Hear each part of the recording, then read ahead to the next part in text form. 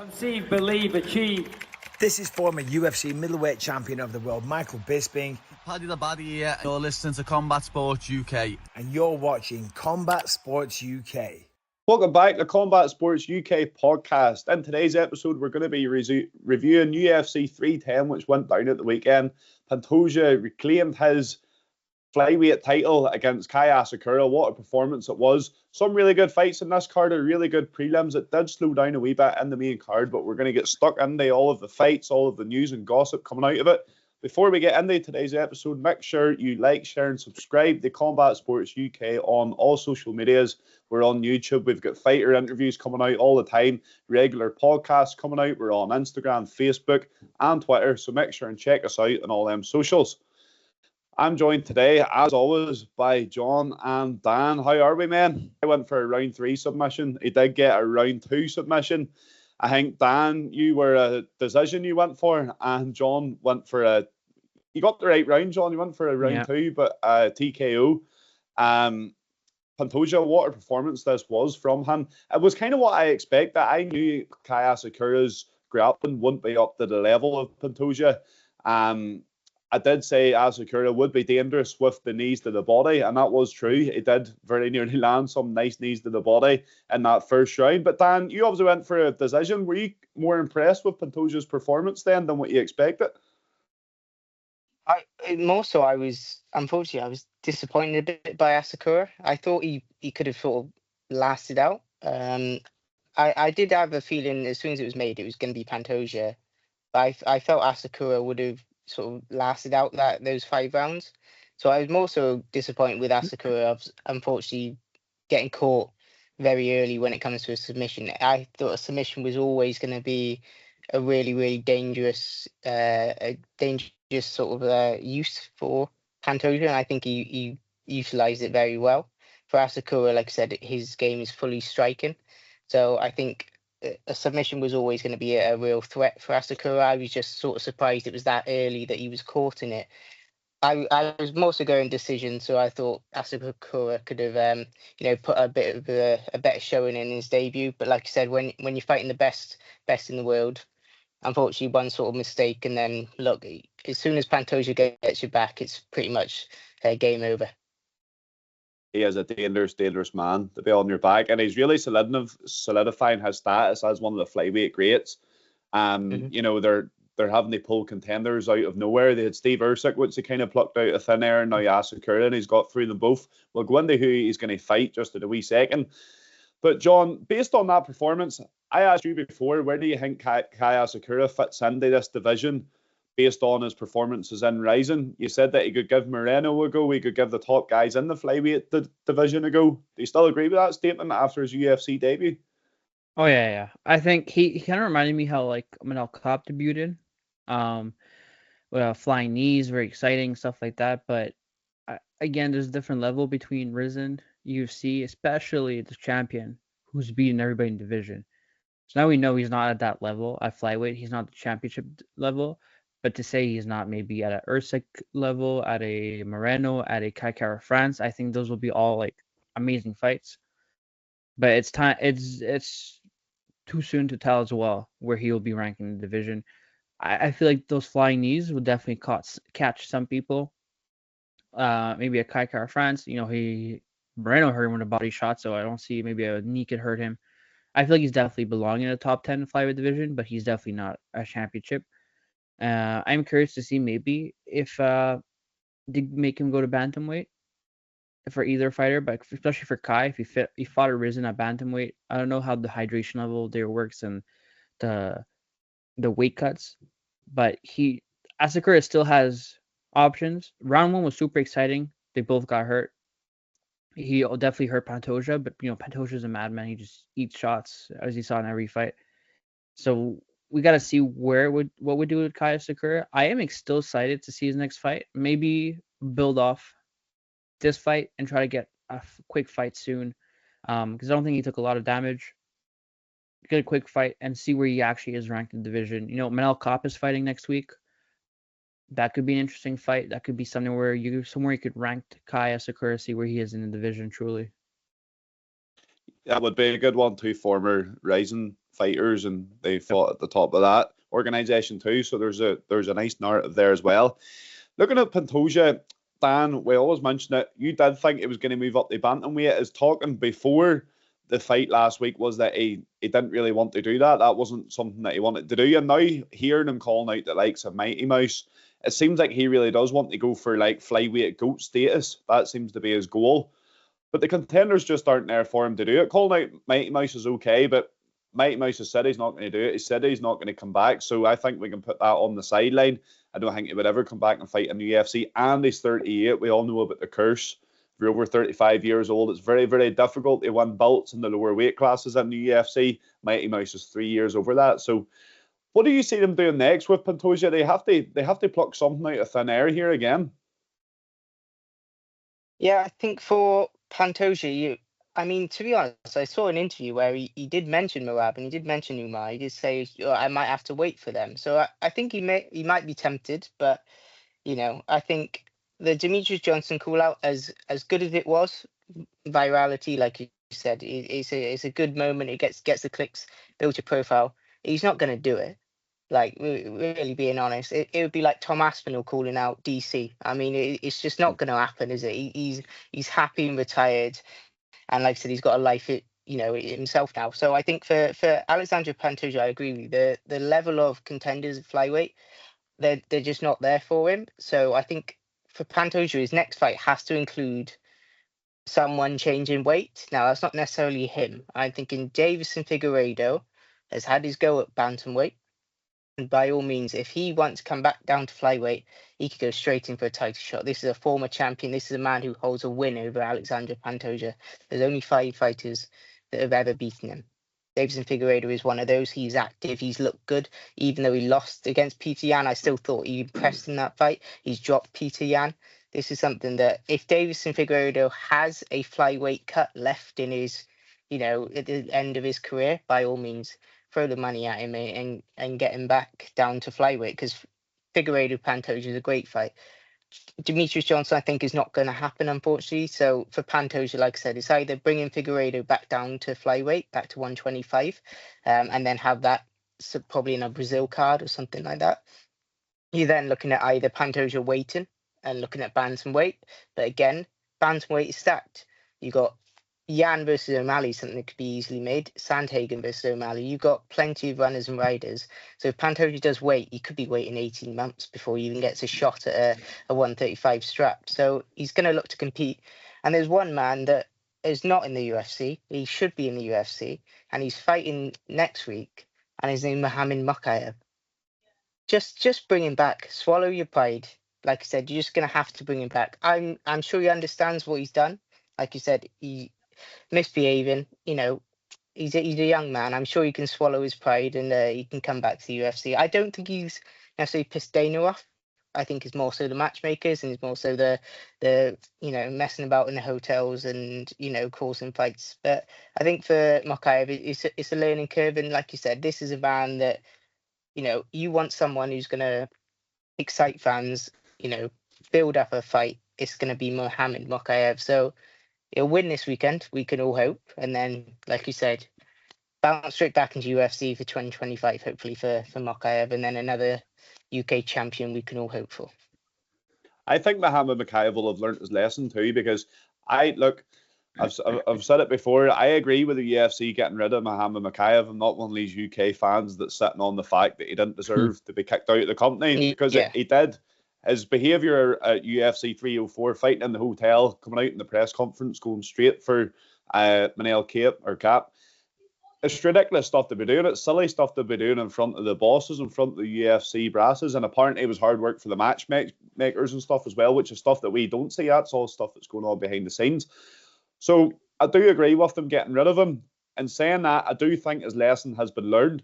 I think he's not slagging off the UFC on Twitter. He's making it very, very clear that is still what he wants. He still wants to be a UFC champion. It seems like he's kind of learned his lesson. So why delay bringing him back? The flyweight division is in need of a really good contender, and Mohamed Mokaev is the answer for that. If that's an option on the table, John, Figueiredo, if that's an option as well, Do you see any other options? And if them two are the only two, which one do you think is better for Pantoja's legacy if he can get a win against one of them? Oh, I think in terms of his legacy, probably Figueredo definitely has a loss over him. A win over Figueredo would make it 1-1, and at least he avenged his loss. You know, GSP had that chance to do it, and we consider him the greatest of all time. You know, he has 2 losses. He avenged both those losses. In terms of who might get it first, there is one name that kind of, for me, stands out. I said it earlier, Kai France. He's the only one on the coming off a win, kind of. He hasn't faced Pantoja, has he?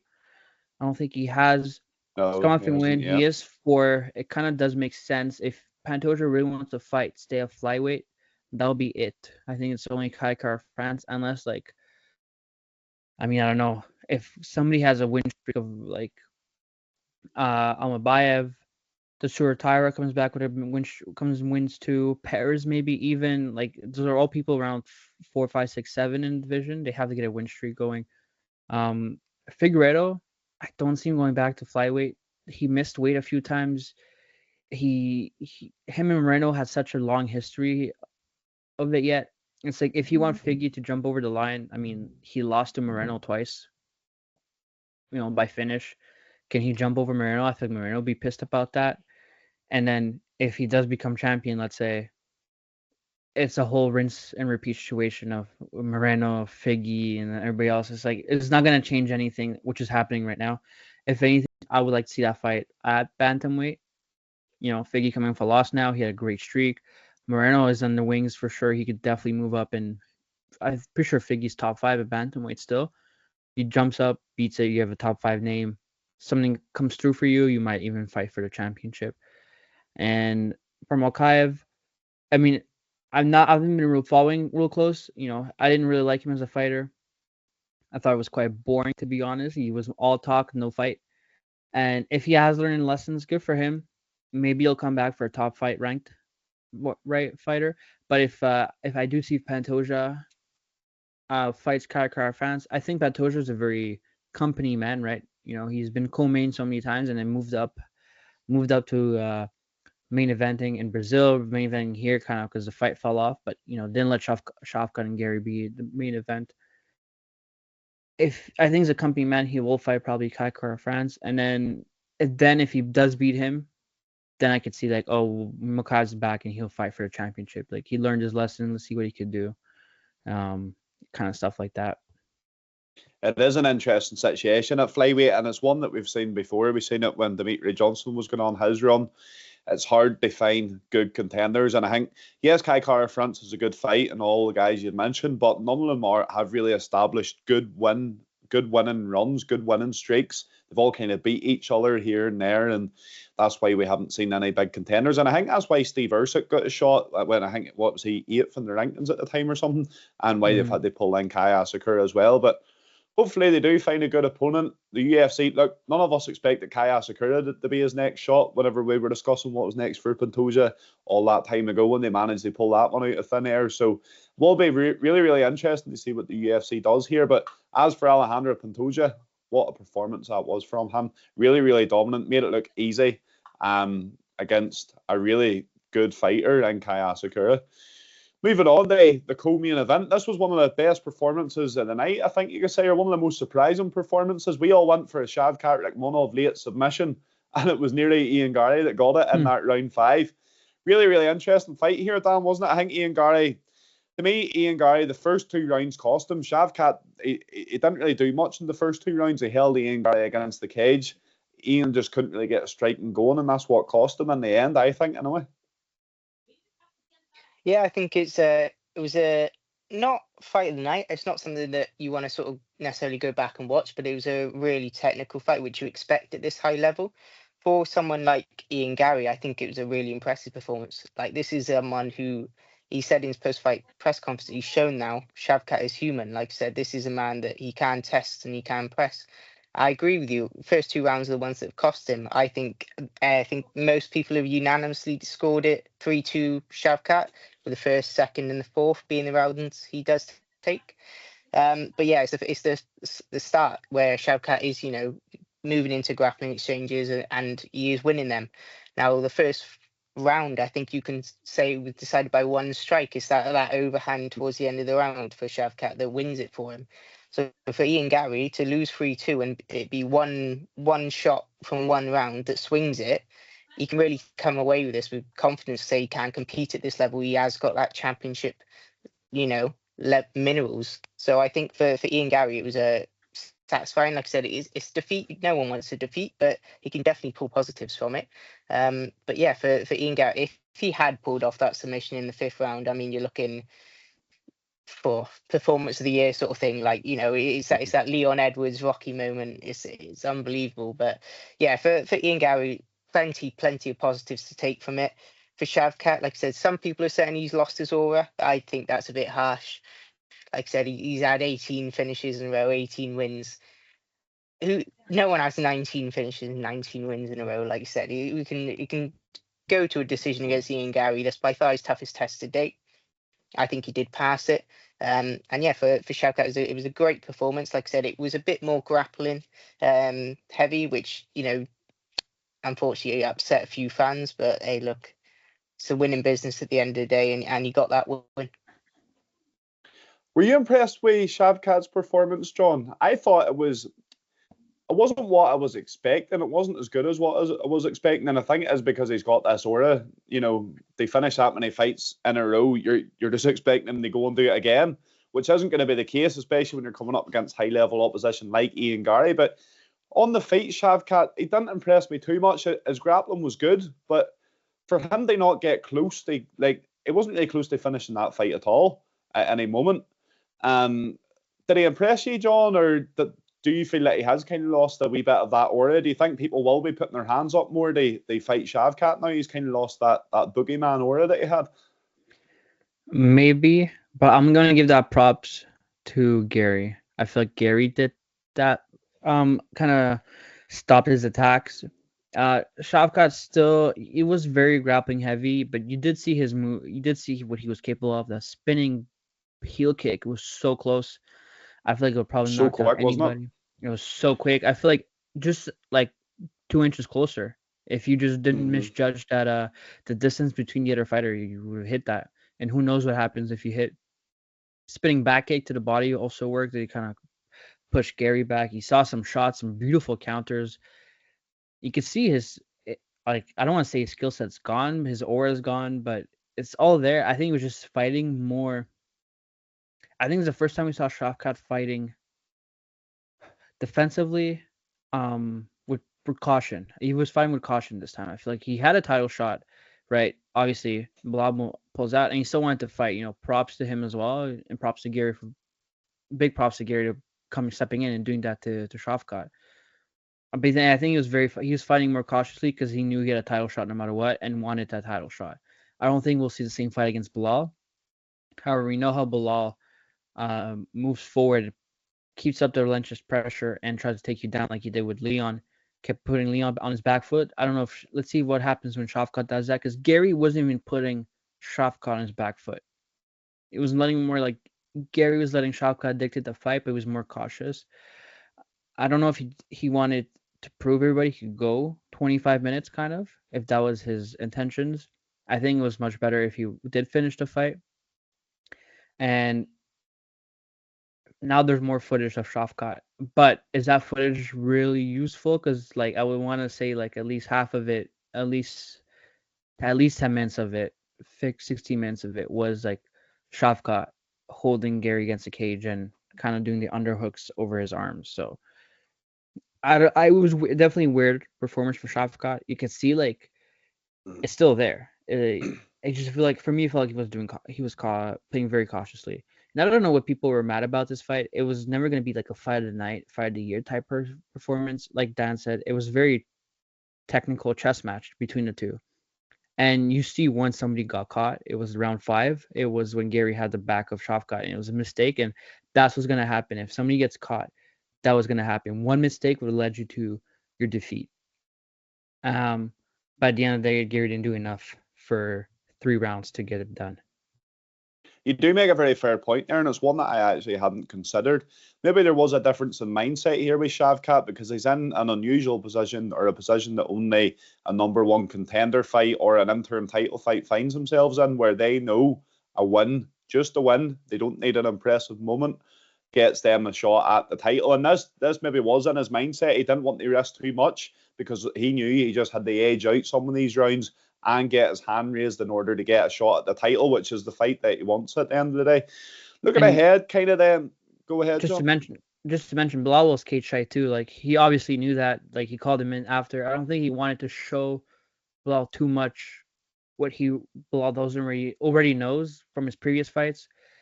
And I think they also trained against each other, so they kind of knew their skill set. You know, that will, like, him saying that Gary's wife took a video of him submitting him. Like, yeah, whatever. That's just a training footage. You know, you never know. But they did train with each other. They knew their skill set, so I think they're very cautiously in this fight, and cautious that Bilal was cage side. They didn't want to do too much to, like, make him too confident of in his next fight. They are all fair points. They're all fair points. Kind of looking ahead, Dan. We know what Shavkat's got next. It's Bilal Muhammad. For Ian Garry, what do you do with him in this welterweight division? Does he sit out and wait and maybe get a rematch against Shavkat if he wins the title, or do you give him another contender matchup?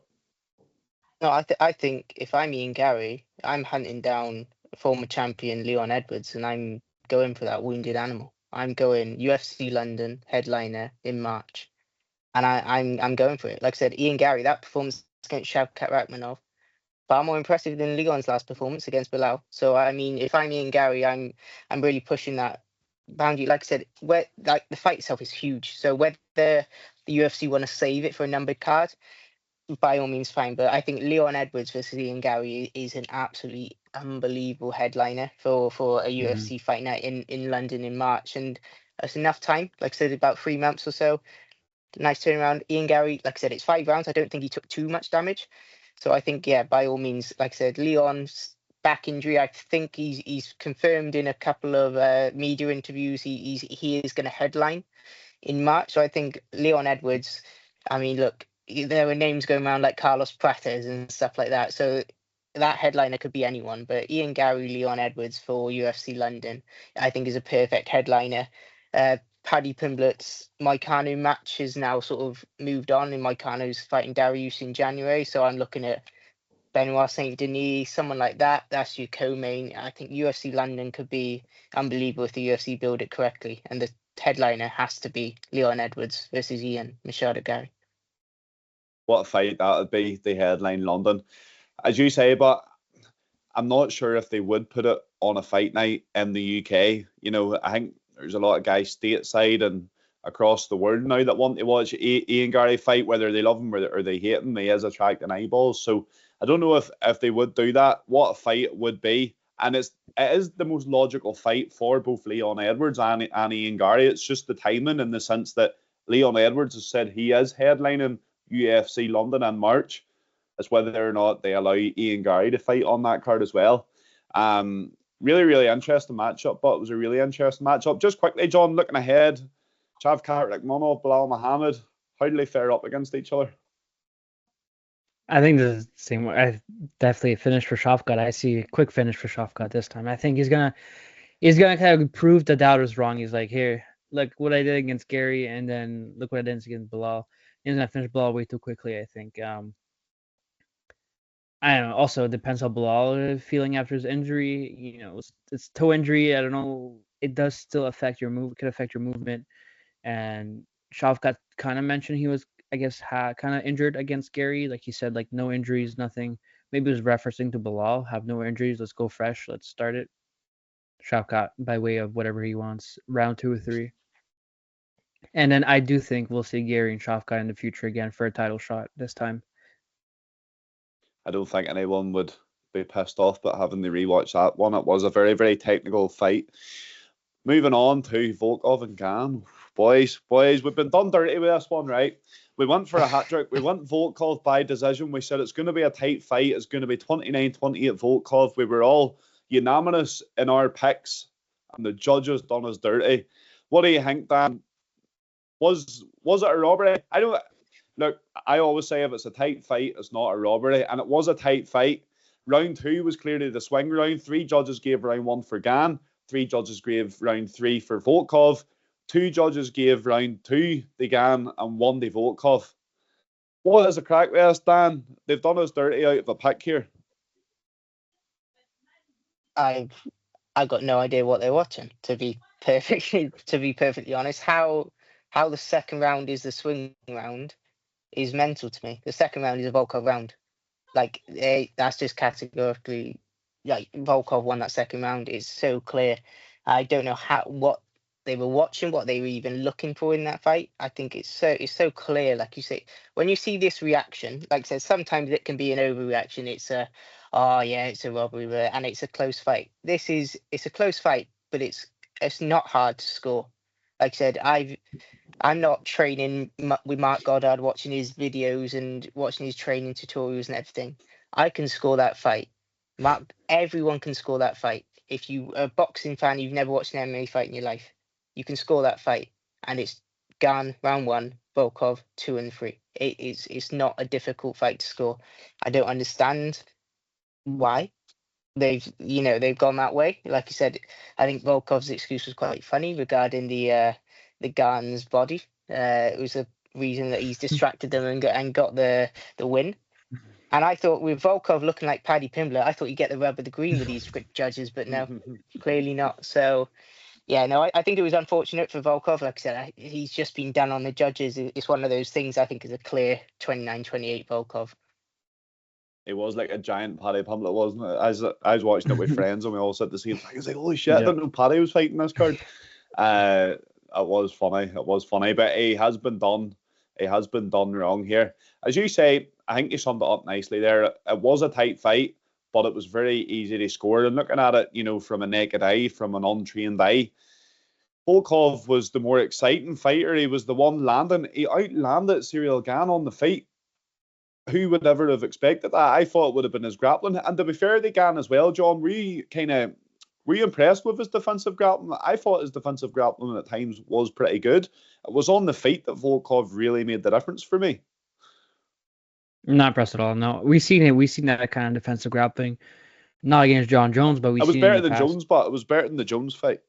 That's it. That was only Jones' fight, but even Gane admitted like it was not him. It was weird. But if you look at Gane's first fights before he was ranked, he was doing the same thing. He was pulling a heel hook. He was trying to do stuff like that.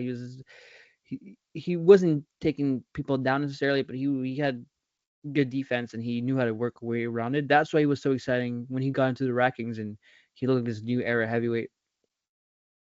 But I mean, Volkov, he got robbed. That like, it's not like Peter Yan O'Malley, like flip of the coin kind of who won. No, Volkov got robbed.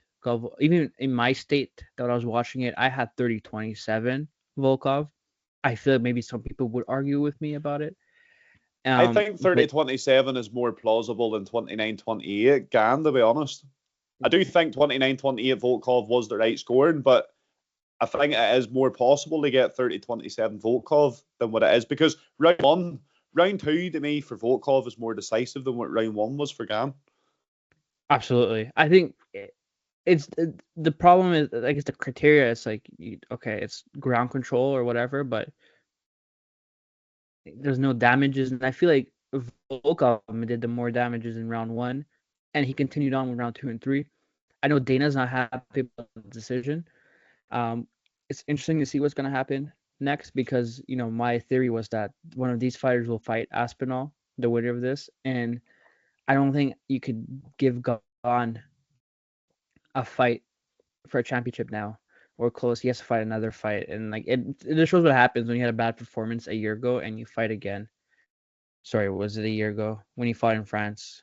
Yeah, it was a year ago. It was almost a year and something. And you had a good performance in France, and then you have a mediocre fight like this. It's disappointing, and you're now 1 and 2 in your last 3, and you're actually 3 and 2 in your last 5. 2 and 3. in your last 5. You're losing to all the championship, and you're beating all the contenders. And when you had a real contender, Volkov, I mean, Volkov kind of revolutionized this game. I feel like he's such a different man. He should be on a 6-5 winning streak now.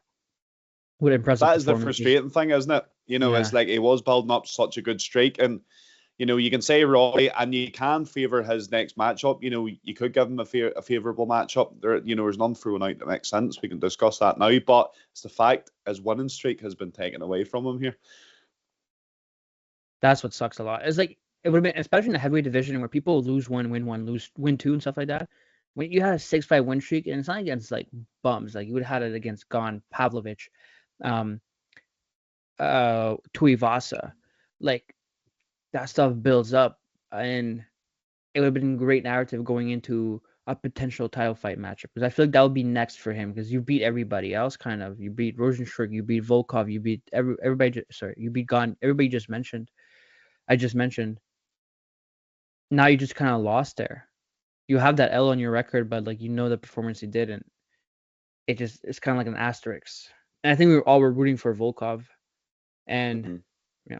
By the way, we all made the same joke. I said, look, 6'7" Paddy Pimblett walking into the cage. I think everybody on the same wavelength when we saw that. It was absolutely hilarious whenever I seen him come out with the cornrows on. To be fair, I was disappointed because I wanted to see him combing his hair again. Yeah, I did like him combing the hair in between the rounds, but obviously he ain't going to be doing that anymore if he's got the cornrows on. The casuals I was watching with, I'm like, look, this is what he did in his last fight. I hope he does it again because it'll be pretty cool. And he walks out with the braids. I'm like, oh, where's Volkov? Oh, cracker. Bryce Mitchell, Cron Gracie, and guys. It's what we expected.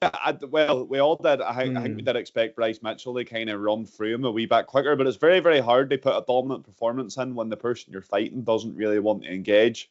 Cron Gracie, guard pulling in MMA once again, Dan. What about it? Hey, look, I was just as happy to see Bryce Mitchell cave his skull into the canvas because I've kept my job at Combat Sports UK. But yeah, so for Bryce Mitchell, you said first round knockout, to be fair. I was expecting first round, but hey, look, I'll take round 3, and that is Bryce Mitchell's first TKO. John said, he's never TKO'd anyone, so I was like, hey, look, I'll pick him. Cron Gracie's the guy to get that. But yeah, fair enough. Bryce Mitchell is one of those things, like I said, beat what's in front of you, which he did. Like I said, it's a violent knockout. It's one of the highlights from the card. Like I said, there weren't too many big knockouts or anything like that. It's a big vicious knockout. It is Cron Gracie, so we can asterisk it however we like. So, like I said, I think for Bryce Mitchell, the win doesn't do anything for him because it's Cron Gracie. If that's a big finish over, like, imagine that's Sadiq Youssef or Edson Barbosa or someone like that. That's a big name. You're looking top 5, top 10. I think for Bryce Mitchell now, he's stagnant position. You're looking at like Giga Chikadze or someone next for him. You're looking at Josh Emmett, and you don't want to revisit that fight. So I think Giga Chikadze sort of makes sense. I think probably next for Bryce Mitchell, but yeah, it's a good win. You like to see a good finish, but yeah, I don't think it takes him any further up the rankings just because of the quality of his opponent, I'm afraid. I just want to say, have you seen Josh Emmett in the crowd? Looks like a little Santa Claus, a little midget Santa Claus in the crowd. It was nice seeing Bryce Mitchell getting back in the win column, wasn't it, John, after Josh Emmett left him for dead this time last year? I mean, to be fair, I had him by decision, and it was looking at that, but this is not a jiu-jitsu match where you can just pull guard. Like Oliveira would pull guard, but he'll pull you down with him, and then you'd get caught in a triangle. He would just pull guard to not get hit, try to like just work off your back. And I think this is a great example of what happens if you pull guard in an MMA fight with somebody who knows how to pull guard as well. Bryce Mitchell, he even mentioned in the post-fight interview, the only thing you have to avoid is being around the cage with a Gracie, because that's when you have less space to move around, and he'll probably catch you. Bryce is not stupid. He's also a black belt. That's his specialty, jiu-jitsu. I mean, that was crazy. That was the slam kind of did a lot of the damage. It kind of happened when like Jordan Levitt did this against his opponent at one time, but that was cleaner. But this is like clearly stunned him with the slam and then the elbows to finish it off. You just can't do that. You can't pull guard in an MMA fight. You just can't. That is as in a mixed martial artist setting where the first criteria the judges are judging, or kind of the last of the important stuff, is advancement and control of the cage. Pulling guard does absolutely nothing. It's absolutely nothing. You want to pull guard, like I said, you gotta do like Oliveira, like what he did against Gaethje, kind of. You remember, you pull guard and Gaethje props him. He got up and he's like, "I'm not going to go in your guard," but you pull guard and you already see his hands are moving around his neck and trying to catch something. You do get an Ezekiel choke. You pull up a triangle at the end with your legs, but just disappointing. Like Kron, like you could do that in a jiu-jitsu match, but not in MMA. It definitely did show the difference. And I think I mentioned before about the lack of experience in MMA for Kron Gracie. He didn't even have an amateur career in MMA. He comes from the grappling background, such a heavy grappling background. And I think he really needs to go back to the drawing board and think he could go and make a name for himself in grappling again. And it's clearly what he wants to do. Do you know what I mean? It's not as if he's going in there and he's having a brawl with these guys and he's trying MMA. He's come in the MMA cage and trying to do jiu-jitsu in a way, so he may as well just do it in jiu-jitsu. Was good seeing Bryce Mitchell get back in the win column. We won't be rushing to watch Kron Gracie anytime soon, that's for sure.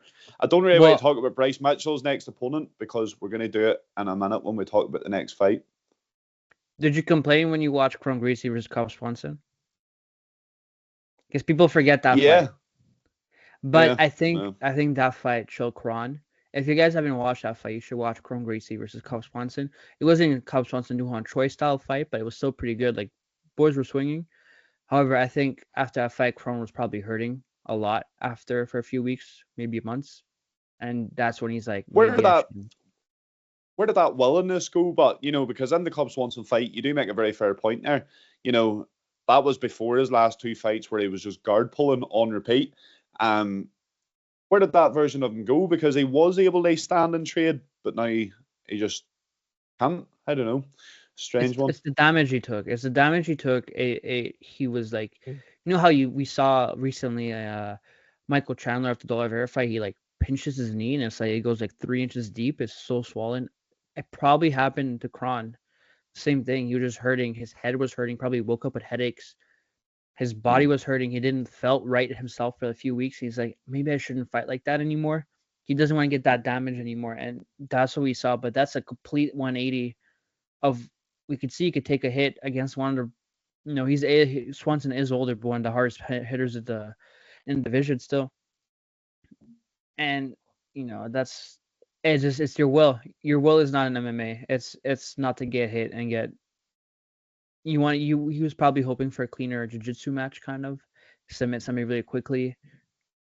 MMA is not for you, bud. You gotta move on. Yeah, it's definitely time. Moving on to the main card opener then. Nate the Train taking on Doo Ho Choi. This was meant to be a banger. It was a fight that I was really looking forward to. It was put on the start of this main card because these two, the matchup that it was meant to be. Round one, I started as I expected. Nate the Train got dropped the way he usually does in round one, but he just didn't manage to come back into it the way he usually does. But Dan, what a performance from Doo Ho Choi.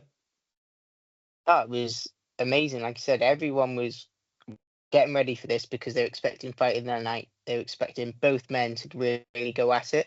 It was Doo Ho Choi traffic all night. He was absolutely amazing. Like you said, it's one of his career best performances against Nate Landwehr. There's no mug. Like I said, Nate Landwehr can really push the best of the featherweight. So for Doo Ho Choi, this is his best performance to date, and I think it's a really special performance for him, especially to get that finish as well. Like I said, the stoppage was a bit odd. Like I said, it was more so just because Nate Landwehr couldn't do anything. It was more so, rather than he was taking a heinous amount of punches or elbows in a crucifix position, it was more so the referee sort of, look, you're not going to move from this, you're just going to take more punishment, calls it off. So, like I said, it was a bit of a weird one, but I think the whole fight was dominated by Doo Choi, and it's a really, really strong performance for him. I agree with what you were saying. Like I said, you mentioned Bryce Mitchell. Is something that I've just seen as well from him. A nice little call out with the earth on Instagram. So yeah, no, I like that fight for him. I always pitched this fight to be Harry Hardwick's debut in the UFC at UFC London. So I still fancy that. Again, I'm UK biased, so I will be. But yeah, no, I think for Doo Choi, a really, really excellent performance for him, and to get that finish as well really puts a stamp on it. For sure, for sure. Do you think it's kind of reminiscent of Doo Choi, John? Whenever he came in to the UFC, he went on this great run. He had a lot of hype behind him. It did slow down. He got that loss against someone we just mentioned, Cub Swanson. And, you know, it kind of slowed down from there. And then he had to go and do military service. He had personal things, so he was out and into the sport. But do you think Doo Choi now really can try and put a dent in the featherweight division? That's what he wants, and I think he could do it. That's what he said in his post-fight. He's like, back in his featherweight days, he was ranked and just had some bad luck, military service and stuff like that. But yeah, I think it's kind of funny. Like, yeah, I do see Doo Choi versus Bryce Mitchell. I think that will be a really good fight. Mitchell's ranked 13. I don't think he's gonna move up in the rankings after this fight. I think that's a good matchup. 13, and then if you kind of look at Bryce Mitchell's perspective, it's two people are unranked. It wouldn't be too bad. It's a firefight. I could definitely see Jon Choi back in the rankings, but there's plenty of fights available for him in the rankings. Dan Ige, I think that's the name that always pops up for someone trying to get into the featherweight rankings. Dan Ige is good. Sadiq Youssef, people like that. If you want to see like a straight up banger, as well. Barboza, Edson Barboza, like everybody ranked 10. Calvin Cater, everybody ranked 10 and 15. You can throw them in there because Jon Choi will probably stand up and fight, and then once he'll find a way to finish like he did with Nate to train, like, take him down. I mean, that crucifix was nasty. Like, I don't know how I felt like I was seeing that. I felt like I was trapped because that lasted for so long, and then Nate kept trying to explode and like he was going sideways, and then just went back in, and it was tough to watch. It felt agony. I felt agony. Crucifix is one of them positions. Always go back to Aaron Blanchfield against Meatball Molly. A strong, dominant crucifix where the opponent has no arms to defend themselves whatsoever. The only way they can really get out is by bridging, and they're trying that, and they're getting their face pounded in. And it was a good stoppage. I think so anyway. I don't think you should have any complaints about it. Let's look at the prelims then. The prelims were good. Some big moments. Some sad moments, some sad moments. We'll say, as Dana says, Anthony Smith, Weidman, and Gaida, they probably should all retire. Would you agree with that, Dan? Yeah, I think you can definitely make an argument for all three of them. I think for Anthony Smith, it was hard to watch. That post fight, it was devastating. Like I said, you could see he's clearly affected. So I think for Anthony Smith, and Anthony Smith he's got a career outside of the UFC. Like I said, he's got his podcast with Bisping. He's really successful. He's got commentary positions that he's still got to maintain.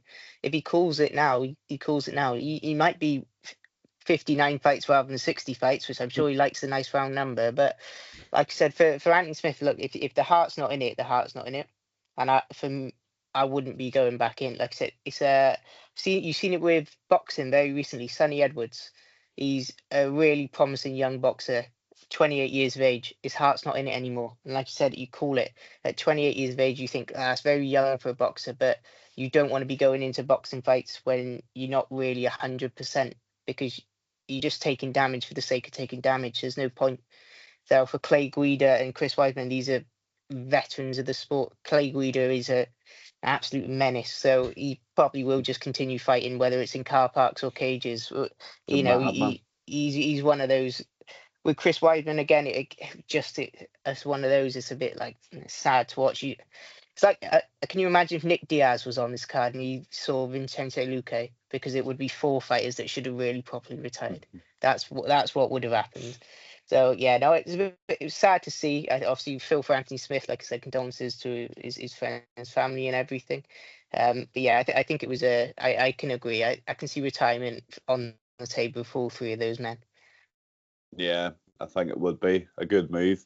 Another big moment in the prelims then, John, Brian Battle, as he lost his aura, missed weight, went in there. I actually thought Randy Brown fought pretty well, and there's an argument that he won the fight, but Brian Battle kind of opposed his weight on him, didn't he? Backed him up against the fence, was getting booed after, still done the full heel moment on the microphone. But do you think he's kind of messed up an opportunity here? Because after that performance in France, everything that went on, and they're getting booed by everyone in the arena and spitting bars on the microphone after. Do you think he's kind of ruined this kind of aura that he did gain, John? I think the reason they booed him, they think Randy Brown won. I had Brown winning in my eyes. I don't know about you, gents. I did too, yeah. I did too, but as one of them ones, it was very, very close. Yeah, as Dan, you had the same thing, Mystic Dan. I had Brown. I thought Brown might have got it on a decision. Yeah, that was So my we sort all of thinking.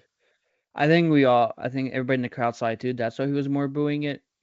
That they're booing more like the judges, because Brown won that fight. It wasn't as like robbery as Volkov versus Gane, but it was definitely Brown won that fight. He missed weight.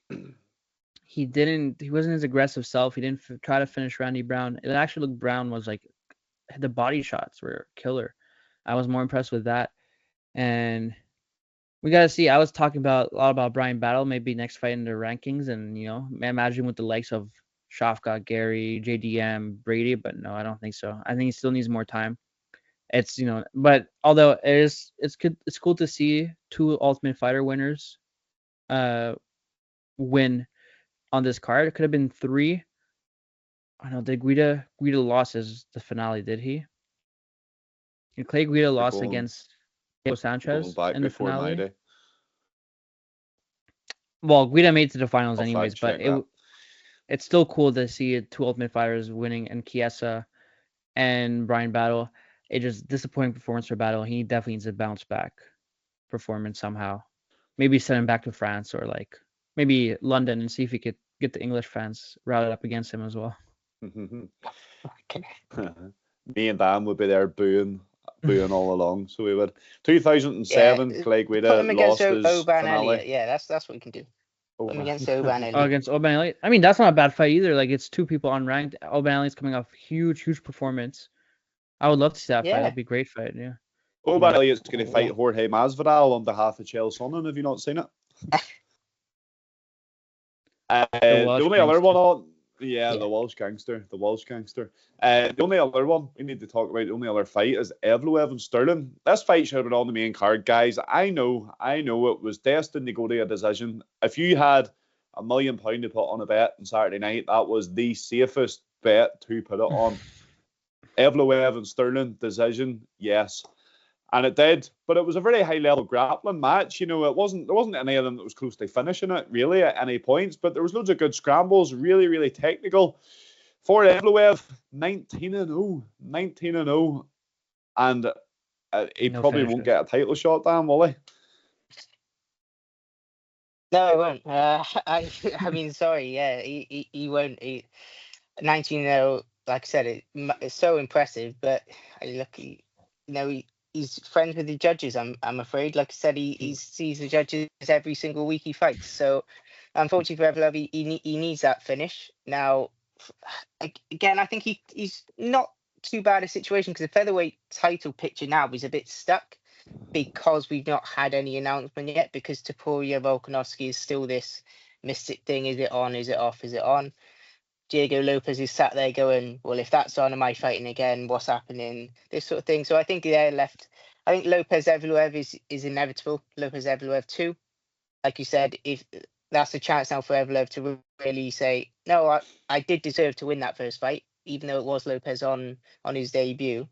But yeah, no, I wouldn't mind seeing Lopez Evloev again. I think this fight really, it might have raised Evloev's stock, because I think fans now, and John may still think he's boring, but I think Evloev, there are elements to his game that are exciting, and it is worth getting. Even though it was a grappling exchange and fans like to see their striking, I think there are elements to Evloev that are exciting. And like I said, it's just a case of, he said it himself, if he has to go to 100-0 before he gets a title shot, he will.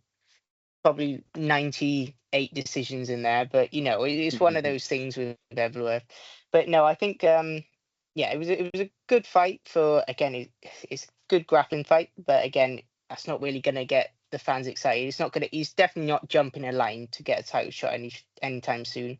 I can see another fight which probably is going to be Diego Lopez part 2, because I think Volkanovski Topuria probably happens in the summer. And like I said, they just stick it on a co-main or on the main card, and then there you are. It builds itself for the featherweight title, probably towards the end of the year. Call me crazy. I had this fight of the night for me. Yeah, I think Evloev fight tonight. Do you know what? That's It's not up awful. there, right? These two very technical grapplers. I am glad they grappled, because you see it so many times. They're scared to grapple each other. They cancel each other out, and it turns on a mediocre kickboxing match. But John, you make a fair point there. Well, I keep bringing it back. We had a rant a few weeks ago, Brandon. We're like, grappling is part of the game and people start booing it. But now if it's like that, like if you keep scrambling and turning it over, show I was surprised first. Like Sterling held him down for a second, but then I was more surprised that Evloev turned it over and then it came back, and there were some weird positions where it scrambles. That's what I want to see in the grappling in MMA fights. That's what we have to see, because you can throw in punches as well, and Evloev did there at the end of a round. Sterling tried to do it as well. That if you have to give a fight tonight, that was fight tonight for me. There wasn't probably 10,000 punches thrown, but the grappling was. I like the grappling. I love the grappling. If I didn't like the grappling, I would go watch Muay Thai or boxing. But that's what I wanted to see in grappling. It was high level, and I would actually.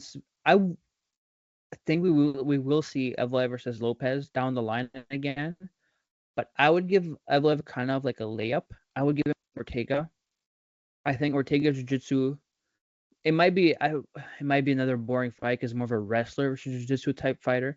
But if you can't finish Ortega after what everybody's done to him recently with Rodriguez, with Lopez, Volkanovski, bring him to death's door and try to finish him at this point. Show it. If you get a finish for Ortega, you get the title picture set up. What's happening between Volk, Topuria, Lopez. You could get your way in the title shot soon. Although I do like he's kind of conscious about himself, that he didn't call anybody out after the fight. Yeah. He's just if I gotta fight somebody else, I gotta fight it. I'll be inevitable for the title shot. Get a few finishes, but maybe he'll be inevitable. He did say he's not going to be begging Dana, and fair play to him. Mm-hmm. I do think that. We spoke about it before. That fight deserved to be on the main card. I think the UFC punished grapplers too much. It was very, very clear that the UFC would prefer you to fight in a certain way. And, when you get a high-level grappling match like that, it's unreal to watch. It's not always like that. I think the debate that we had, or the conversation we had, John, was sparked because of Batista against Jose Aldo. That's how not to grapple in MMA. That's how to make it boring. Kron Gracie, pulling guard in silly situations. That's not good grappling in MMA. But we seen two really top-level grapplers, and we knew they were top-level grapplers before it, in Sterling and Evloev, and they went out there and put on a show for us. Absolutely. Yeah. Mm-hmm. Happy days, then. Happy days. 310 is finished. UFC, no more pay-per-views for the year. How would you rate this year then? Or were you kind of surprised? We are going to do, and it's good for us in here now. There is awards coming. We're going to be picking our awards. We're going to be discussing our predictions for next year, who we think the champions are going to be. So make sure and tune into the channel for that. But overall, 2024 a good year for UFC, Dan, or not? I mean, yeah, there's positives and negatives. Like you said, Tom Aspinall is still an interim champion. He's not the full champion, like we all wished. Leon Edwards lost his belt in horrible fashion in London, so UK fans are on a bit of a downer. But other than that, like I said, you saw some excellent fights this year. You saw Ilia Topuria become the sport's biggest superstar. You saw Alex Pereira put on another Alex Pereira masterclass, new time and time again, and I look forward to seeing that again in the following year. Just want to recap on 310. Just someone I don't know if many people saw. Josh Van put on a masterclass. Yeah, He was yeah. unbelievable. Like I said, it was really He needed early on that. the prelims, and it was a really clean performance by him. So I just want to give him a shout out just before we look forward to next year. Really great performance, and I can see him. Hey, look, flyweights got no contenders. Josh Van just get a winner, a ranked win, and you could get a title shot soon. It's one of those things. But yeah, no, I think he had a good performance at 310. But yeah, no, hopefully for the year, it's been a good year. Like I said, I'd like to see Islam Makhachev a bit more active.